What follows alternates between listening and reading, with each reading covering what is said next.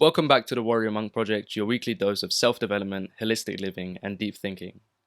As you know, today's episode is all about meditation. Meditation has become such a big component of my life, especially over the last 3 years.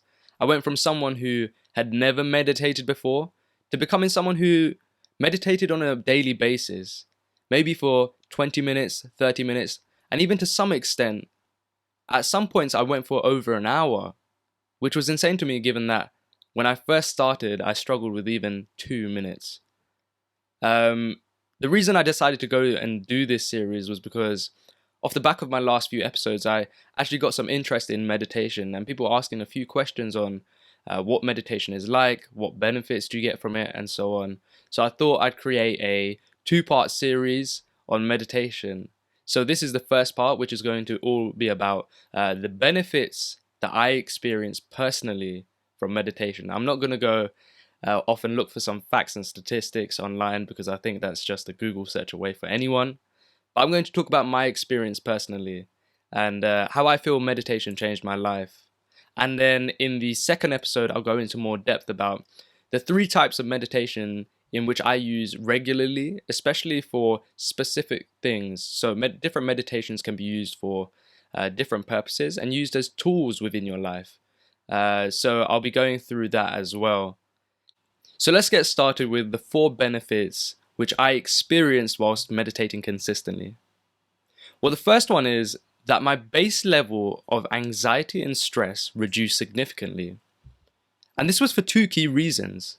The first being, meditation allowed me to be a better observer of my thoughts. It prevented me from identifying with my mind or my thoughts. And therefore, I was able to catch negative thoughts and filter out whether things are useful or intrusive.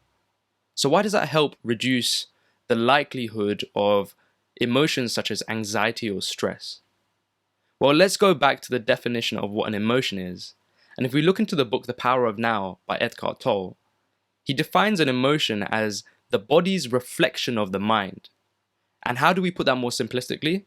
Well, when we have a thought and we attach it to a bodily sensation, that's what an emotion is. So say, for example, we have an intrusive negative thought and it makes us feel anxious, and we attach it to a bodily sensation such as a racing heart or hyperventilation. That then means we've turned it into an emotion within our body. So how does meditation prevent us from feeling emotions of anxiety and stress? Well, it allows us to catch thoughts before we can attach them to a bodily sensation. And by doing so, it reduces the likelihood of us feeling this sensation of stress or anxiety or so on. The second reason why it's so beneficial is that, say for example, you've already attached this thought to a bodily sensation and we created a negative emotion or anxiety or stress. Then what can we do? We notice that when we feel negative emotions, what changes? Our breath. When we're anxious, our breath changes. When we're stressed, our breath changes. When we're panicked, our breath changes. So meditation can be used as a tool to re-regulate your breath and bring it back to a steady state. When we're in these panicked states, we often notice that we hold our breath or we begin to shallow breathe. And with meditation, we can begin to re-regulate it and also breathe deeper into the pit of our stomach. Now, why is breathing deeper into the pit of our stomach very useful? Well, it stimulates something known as the vagus nerve, which is responsible for triggering emotions and feelings of positivity, and therefore it counteracts these feelings of anxiety and stress. So therefore, meditation can be used as a tool to lower your overall feelings of anxiety, stress, panic. And that's why it's such a powerful tool in my life. The second reason why meditation has become such a big component of my life is because it's allowed me to ideate and problem solve so much better. Think about the last time you thought of a fantastic idea or solved an incredibly difficult problem.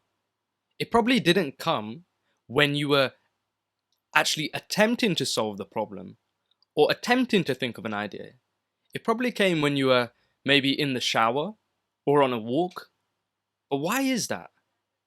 It's because we allowed ourselves to have a prolonged period of free time and space in which we could sit with ourselves and sit with our thoughts and detach from this external world, right? Detach from any of this external chatter and really listen to ourselves and really gain the insights that were deep within us. So, why would we not do that on a daily basis? Why would we only allow these fantastic ideas or problem solving moments to happen on a blue moon coincidence? Well, what a meditation practice allows you to do is it allows you to begin to cultivate this on a daily basis. It allows you to gain a prolonged period of time in which you are free and have the space to think and also sit with yourself in order to gain these ideas and gain these insights and solve specific problems. And this has become so useful for me in my daily life, whether that be during the process of ideating for content creation for this podcast, or even during my corporate day job, in which, say, for example, there's this incredibly difficult problem that I've been asked to solve, and I can't think of an idea in the moment. Just taking that 5 minutes away to deep breathe and sit with myself and to think of ideas has become so beneficial. It's become such a powerful tool for me because before, when I couldn't think of ideas or I couldn't solve a problem, I would sit with it, get frustrated and panic. But instead, what meditation has allowed me to do is it calms myself. It allows me to sit with myself and gain these insights from within, which I would not normally tap into. And that's why I think meditation has become such a powerful tool in that sense for me. The third way in which meditation has helped improve my life is that it's allowed me to improve all my relationships. And the reason this is because it's allowed me to remain more present and in the now. So why is that useful? Say, for example, you're in a conversation. As someone who previously suffered with social anxiety, I was in my head a lot during conversation. What meditation has allowed me to do is get out of my head and be in the present. And this means that I was able to connect better with people during conversation and be more present with them. Secondly, being present also allows you to have the ability to be more intuitive when trying to read people's emotions. And that's so beneficial when it comes to emotional intelligence and communicating with others. And then finally, especially during conflict, meditation has allowed me to remain a lot more calmer. It's said that during conflict, instead of reacting, we should respond. And that's what meditation has allowed me to do. It's allowed me to remain calm even in the most heightened and intense situations and respond accordingly rather than being reactive and triggered by a specific incident. So that's why I feel meditation has become so valuable when it comes to relationships, whether that be familial relationships, friendships, or even romantic relationships. So now we're on to the fourth and final reason. And I didn't know whether I wanted to include this reason within the podcast because I know it may get a bit of criticism, it may get a bit of judgment, but I'm going to include it anyway because it is a benefit that I felt myself. And I felt that meditation allowed me to connect better with God, right? Deepak Chopra says that prayer is a means for you to speak to God, and meditation is a means for you to listen to God.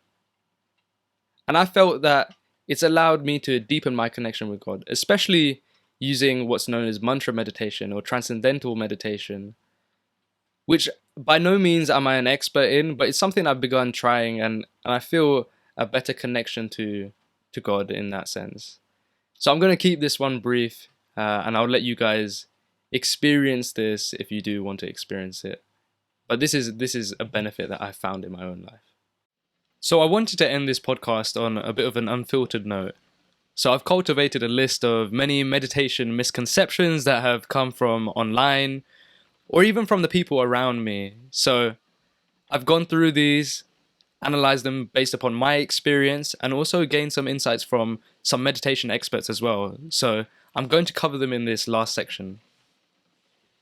The first misconception I've heard was that isn't meditation just sitting there doing nothing? Wouldn't it be better for me to go out and do things? Well, first of all, I wouldn't say that meditation is just sitting there doing nothing. Meditation is about being more intentional with your thoughts and your actions. And it allows you to become more intentional when you go into your days. Think about it. How intentional are you with your actions during a daily basis? Do you find yourself randomly scrolling mindlessly on social media? Do you find yourself not being intentional during a daily basis, focusing on your purpose? So, if we are more intentional with our actions, we will have more direction and more success in the things that we want. I'd ask you to look at people like LeBron James, or even the late great Bruce Lee, who were serial meditators. And those people are focused and intentional with their actions, and their success in their own right demonstrates this. So I wouldn't say meditation is just sitting there doing nothing. I think it's a very important tool to have in your tool set. The second thing that I've heard people say is that meditation doesn't work for me. My mind just keeps on racing. Well, first of all, we've been trained in this Western world to look for distraction. We've been trained to seek instant gratification and not be intentional with our thoughts and our actions.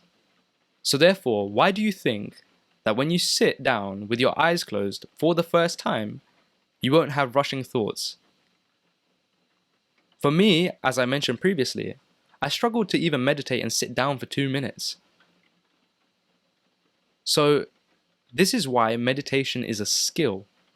They call it a meditation practice for a reason, because we need to practice being more intentional with our thoughts and practice being more, bringing our awareness inwards rather than just being consumed by this external world. And in addition, I think it's important to have an intention with the meditation you're going into. Understand why you're meditating. And also, the type of meditation you're using should be for a specific purpose. So let's relate this to a more common thing. Imagine going to the gym, not knowing how to use the equipment, and also not going in with a specific structured plan. The progress you're going to make is next to none, and you're ultimately going to be very, very confused when you go there. Why don't we apply this same logic to meditation? Being intentional with what you're doing and understanding different types of meditations and why they're used is very important. So if you're thinking about starting your meditation practice, I would start with that. And the third and final thing that I've heard is that things like going to the gym or cooking or working is like someone's meditation. Now, I'm not going to disagree that this could give you some sort of meditative sensation, but in all of these activities, your awareness is on the outside, right? Your full awareness is not going within you. So what I would suggest, and I would ask you to try, is bring your awareness within you by just taking a seat, closing your eyes, and breathing. And see whether that meditative sensation is intensified. And practice this. I know it's going to be difficult to start off with, but keep with it. Trust in the process. And let's see whether that meditative sensation can be intensified and you gain more insights and you feel more calm and tranquil going into your days when you start completing this practice. So I think those are some of the misconceptions that I've heard. If you did enjoy this podcast, I would be very appreciative if you could like and share it on social media or even Spotify itself. Hopefully you've learned a bit more about meditation and the benefits that I've found in meditation, and maybe it's inspired you to take on some sort of meditation practice yourself. Remember, this is only part 1. I'll be going through a part 2 episode where I'll go through the 3 key meditation types that I use personally in my life and also why I use them and have them in my toolbox. So without further ado, I wish you all the best. I hope you're having a fantastic day doing whatever you're doing, and I'll catch you again next time on the Warrior Monk Project.